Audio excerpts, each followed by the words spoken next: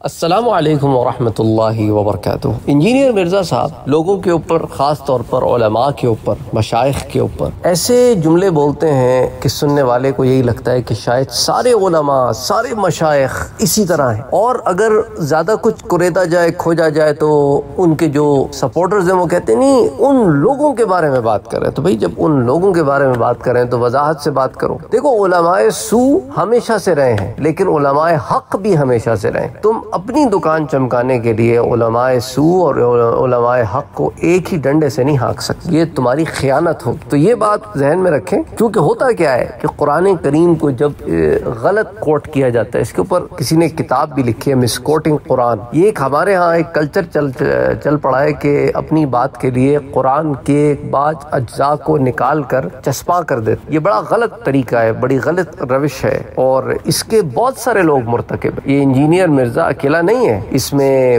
دیوبند کے ہوں کہ سنی ہوں کہ اہل حدیث ہوں، مختلف مکتبہ فکر میں آپ کو ایسے لوگ مل جائیں گے جو قرآن کریم کو استعمال کرتے ہیں، مسکوٹ کرتے ہیں دوسرے بندے کو خاموش کرنے کے لیے۔ بہرحال اسی طرح کی ایک حرکت جو ہے قرآن کریم کی آیہ مبارکہ ہے سورہ توبہ کی کہ اتخذوا احبارهم ورهبانهم اربابا من دون اللہ۔ یہ آیہ مبارکہ اکثر لوگ صرف یہیں تک کوٹ کرتے نظر آتے ہیں اور آگے نشانہ بناتے ہیں کسی مکتبہ فکر کو یا کسی جو ہے فرقے کو یا کسی مسلک کو، اور وہ اتنا کوٹ کرتے ہیں۔ اس کا ترجمہ یہ ہے کہ ان یہودیوں اور عیسائیوں نے اللہ کو چھوڑ کر ان احبار اور رہبان کو، احبار جو ہے دراصل یہودی علماء ہوتے ہیں اور رہبان جو ہے وہ عیسائی علماء ہوتے ہیں، جمع ہے یہ، حبر جو ہے اس کی جمع احبار ہے اور راہب اس کی جگہ جو ہے وہ رہبان ہے، تو رہبانہم ان کے راہب اور احبارہم ان کے احبار۔ اس کے اوپر پھر کبھی جب تفسیر کریں گے تو جائیں گے کہ لفظ حبر جو ہے اس کا معنی کیا ہے اور لفظ راہب کا معنی کیا ہوتا ہے، اس پر پھر کبھی بات کریں گے۔ تو اب اس کا ظاہری معنی یہ ہے کہ ان لوگوں نے، یہود نے اپنے احبار کو، اپنے علماء کو، اور عیسائیوں نے اپنے علماء کو ارباب بنا لیا ہے، رب بنا لیا ہے اللہ کو چھوڑ۔ لیکن علماء کو انجینئر صاحب اس کے اندر کیسے انکلوڈ کرتے ہیں؟ اندھا دھن پیروی کے انجام کے پیج نمبر 1 جو انہوں نے عنوان دیا ہے یہود و نصارہ کی گمراہی کی بڑی وجہ، اس میں وہ اس آیہ مبارکہ کا یہ ترجمہ کرتے ہیں جو کہ سراسر ایک بددیانتی ہے۔ وہ کہتے ہیں کہ ان یہودی اور عیسائی لوگوں نے اللہ کو چھوڑ کر اپنے درویش لوگوں اور علماء کو اپنا رب بنا لیا ہے، اور پھر بریکٹ میں لکھتے ہیں وہی چھوڑ کر اپنے بزرگوں کی مانتے ہیں۔ کیونکہ مقصد ان کا یہی ہے، بھائی میں آپ کو وہی بتا رہا ہوں کہ قرآن کریم کے ترجموں میں بھی یہ اپنے معنی اور مطالب ایڈ کرتا ہے، اور یہ اس کی سب سے بڑی خباثت ہے، کیونکہ یہ ایک پوائنٹ آف ویو کو اظہار کرنے کے لیے یہ پھر اس طرح کی حرکتیں کرتا ہے، شعبدے بازیاں کرتا ہے،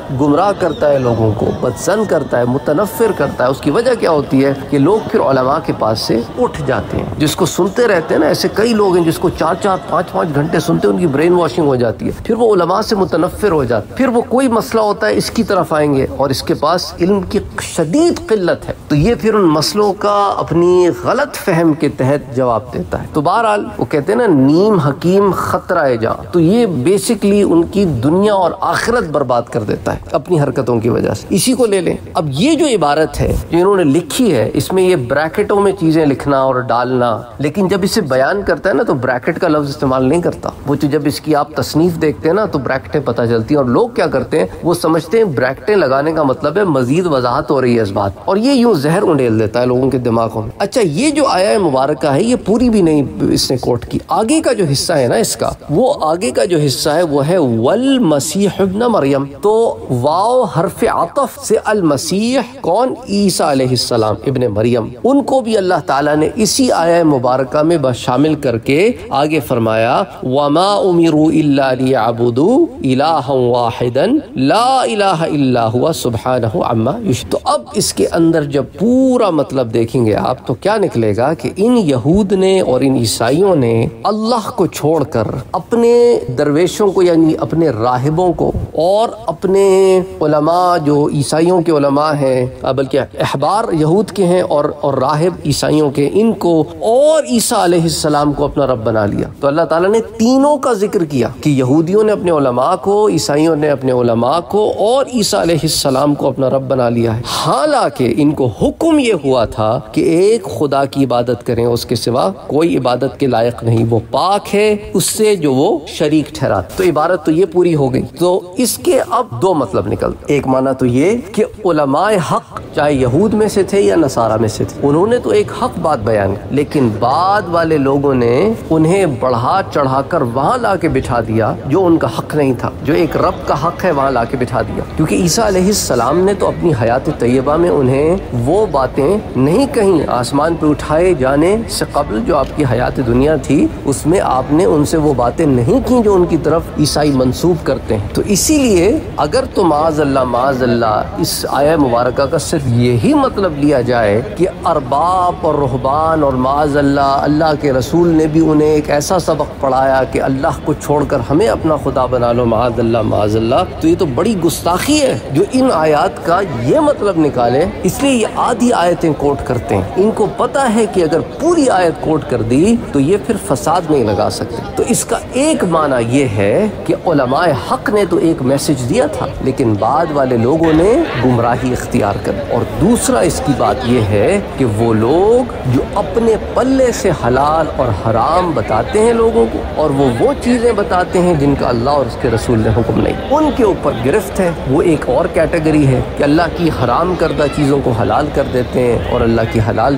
کردہ چیزوں کو حرام کر دیتے ہیں اپنے تئیں سے. اور اس کی طرف پھر اشارہ ہے کہ انہوں نے ان علماء کو اور مشائخ کو اور پیشواؤں کو رب بنا لیا ہے کہ گویا اب حلال اور حرام کے فیصلے وہ کرتے ہیں اور اس کے برخلاف کرتے ہیں جو اللہ اور اس کے رسول نے انہیں تعلیمات دی. اب جناب مرزا نے اولن تو آدھی بات اور آدھی کھا گئے, پھر یہ بھی کہ اس پر اپنی طرف سے جو بات بریکٹ میں لکھ کر دھوکہ دینے کی ایک کوشش کی گئی ہے کہ وہی کو چھوڑ کر اپنے بزرگوں کی مانتے ہیں. یہ میسج کیا جا رہا ہے امت کو کہ جتنے علماء ہیں, مشائخ ہیں, بزرگ ہیں, عظام ہیں, اولیاء ہیں, معاذ اللہ انہوں نے کوئی ایسی باتیں امت کو بتائی ہیں جو قرآن اور حدیث سے ہٹ کے تھیں. اور 1400 سال کے بعد ایک شخص جس نے ساری زندگی اسکولوں اور کالجوں میں گزار دی اور اپنے فیلڈ کے اعتبار سے انجینئر ہے اور انجینئرنگ میں بھی میکینیکل انجینئر ہے, اس نے اپنے دماغ کے زور پر اپنے مطالعے سے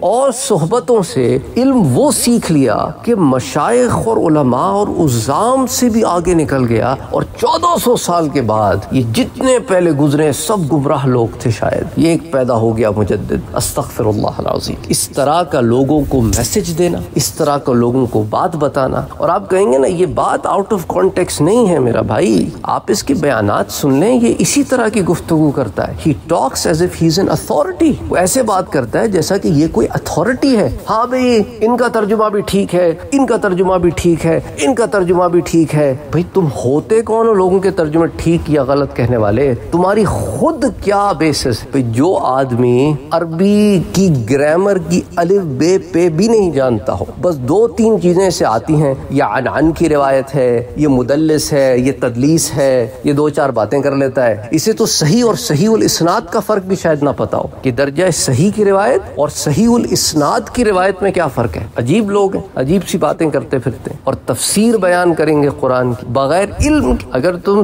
واقعی سچے ہو تو جو ہاں سے تم علم پڑھتے ہو وہ بیان کرو, تو پھر ہم مانیں کہ بھئی تم بھی تو انہی علماء کی چوکھٹ سے ہی علم کھاتے ہو جن کے بارے میں پھر تم باہر آ کر منہ کھولتے ہو. بغیر ریفرنسز کے تم تفسیر کیسے بیان کر سکتے ہو؟ تمہارے پاس یہ علم کدھر سے آیا؟ کبھی ہم نے نہیں دیکھا کہ علماء نے, جو صحیح معنوں میں علماء ہوتے ہیں, وہ جن کے اندر اتنا علم ہوتا ہے کہ وہ خود تفسیریں لکھتے ہیں, اس کے باوجود وہ ایک ایک آیت کے اوپر اپنے پہلے گزرے ہوئے علماء کو کوٹ کر احادیث مبارکہ کے ریفرنسز دیتے. ان احادیث مبارکہ سے علماء نے کیا استدلال لیا ہے, محدثین نے اس کو کن بابوں میں جمع کیا ہے. آپ کبھی بیٹھے تو صحیح نا علماء کے ساتھ, آپ کو پتہ تو چلے کہ تفاسیر ہوتی کس طرح ہے. یا تو آپ پہلے سے بدظن تھے, آپ کو یہ پہلا بندہ مل گیا, یا آپ گمراہ تھے, حق سے ہٹے ہوئے تھے, آپ کو یہ پہلا بندہ مل گیا تو اس نے جو کہہ دیا آپ نے وہی سب سچ سمجھ لی. مجھے آج بھی یاد ہے اور میں اس کو بار بار کہتا ہوں کہ ہم نے تفسیر کی کئی کتابوں کے بعد جب بڑے بڑے مشائخ و علماء کی خدمت میں جا کے بیٹھتے اور انہی تفسیر کی کتابوں کو جنہیں ہم پڑھ چکے ہوتے وہ پڑھاتے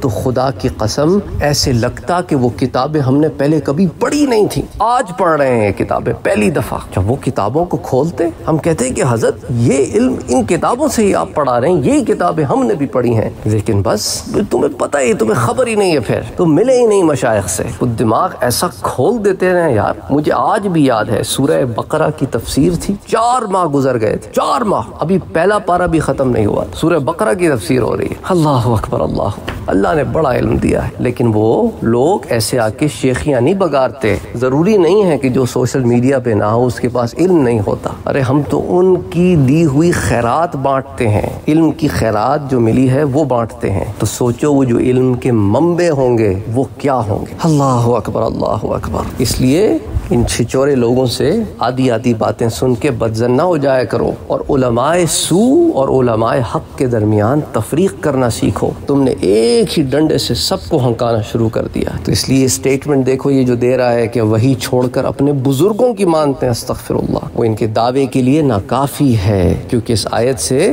مرزا صاحب کیا ثابت کرنا چاہتے ہیں کہ درویش لوگوں اور علماء کے اقوال کو بالمقابل وہی کے مانتے۔ لیکن مرزا صاحب ذرا یہ بھی بتائیے کہ حضرت عیسیٰ علیہ السلام کی بات ماننا بھی کفر و شرک ہے، کیونکہ اسی آیہ مبارکہ میں ہے، اور کیا حضرت عیسیٰ علیہ السلام کفر و شرک کا حکم کر سکتے ہیں؟ معاذ اللہ، استغفر اللہ العظیم، العیاذ باللہ۔ شاید اسی وجہ سے مرزا صاحب نے صراط یہود اختیار کی ہو کہ آدھی آیت کو چھپا دیا اور آدھی بتا دی۔ اس آیہ مبارکہ سے مرزا صاحب کا جو ان کا دعویٰ ہے وہ کسی صورت پورا نہیں ہو سکتا، کیونکہ اس آیت کے بقیہ حصہ جسے مرزا صاحب نے چھپا لیا تھا، اس میں یہود و نصارہ کی گمراہی کی وجہ یہ بیان کی گئی ہے کہ انہوں نے اللہ کے ساتھ شریک ٹھہرا لیے تھے اور درویشوں، علماء اور حضرت عیسیٰ علیہ السلام کو خدا بنا لیا تھا۔ یہی ان کی گمراہی کا سبب تھا، ورنہ رسول خدا عیسیٰ علیہ السلام کی بات ماننا تو عین اسلام تھا۔ تو ذرا غور تو کرو بھائیوں کہ مرزا صاحب کی ریسرچ کی زد سے تو اللہ کے رسول بھی محفوظ نہیں، اور مرزا صاحب کی اس باطل تعویل کی وجہ سے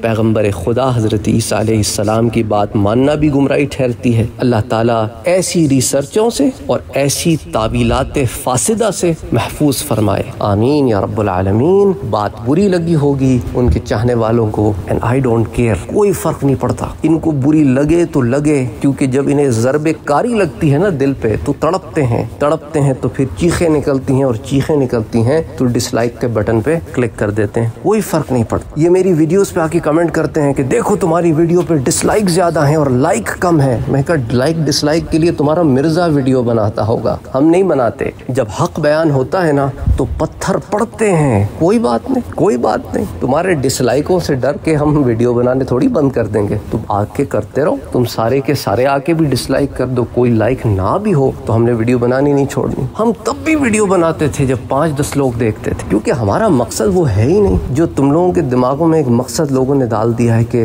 ہزاروں لاکھوں ویوز ہوں، بہت سارے چاہنے والے ہوں، بڑی بھیڑ ہو، لائکس ہوں، یہ پیمانے ہمارے ہیں ہی نہیں۔ تو خیر بہرحال تمہیں تمہاری کھوکھلی سوچ مبارک ہو، ہم ہدایت کا پیغام انشاءاللہ تعالی دیتے رہیں گے، اور گمراہوں سے کی گمراہیوں سے لوگوں کو انشاءاللہ تعالی اللہ کے فضل و کرم سے بچانے کی محنتیں کرتے رہیں گے۔ اللہ تعالی ہدایت دے۔ السلام علیکم ورحمۃ اللہ وبرکاتہ۔